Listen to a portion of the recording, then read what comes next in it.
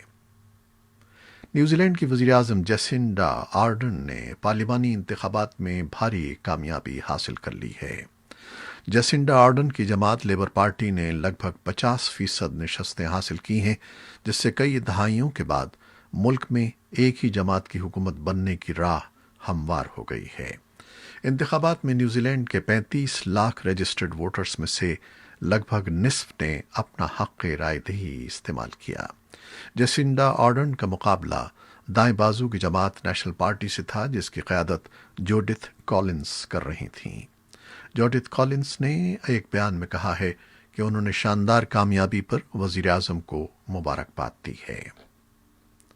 تنظیم آزادی فلسطین پی ایل او کے سیکرٹری جنرل سائب اراکات کورونا وائرس سے متاثر ہونے کے بعد اتوار کے روز یروشلم کے ہسپتال حداسہ میڈیکل سینٹر میں داخل ہو گئے ہیں، جہاں انہیں وینٹیلیٹر لگا دیا گیا ہے۔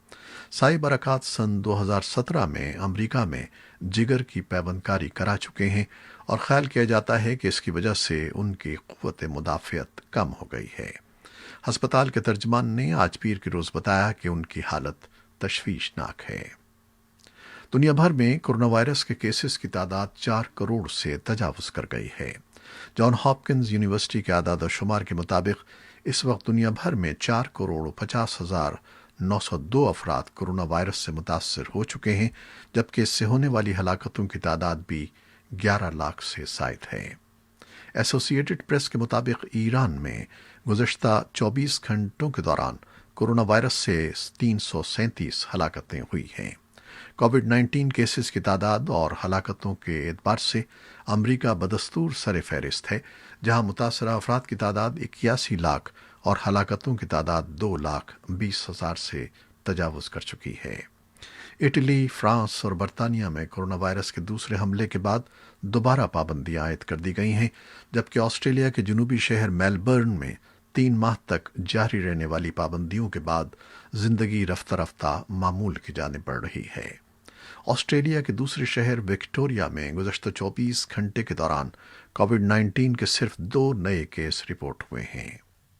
پاکستان میں گزشتہ 24 گھنٹوں میں کورونا وائرس سے مزید 433 افراد متاثر ہوئے ہیں، جبکہ 5 اموات بھی ہوئی ہیں۔ بھارت میں لگ بھگ 3 ماہ کے بعد کورونا وائرس سے ایک دن میں ہونے والی ہلاکتوں کی تعداد 600 سے کم ہو گئی ہے۔ بھارت میں کورونا وائرس کے مجموعی کیسز 75 لاکھ سے زیادہ ہو گئے ہیں۔ یہ تھیں وہ خبریں جو فیس بک لائیو پر ہم نے آپ کے لیے پیش کی۔ ہماری ویب سائٹ اور یوٹیوب پر یہ بلیٹن پوسٹ کر دیا جاتا ہے، جسے آپ بعد میں بھی دیکھ سکتے ہیں۔ خالد حمید کو اب اجازت دیجیے گا۔ اللہ حافظ۔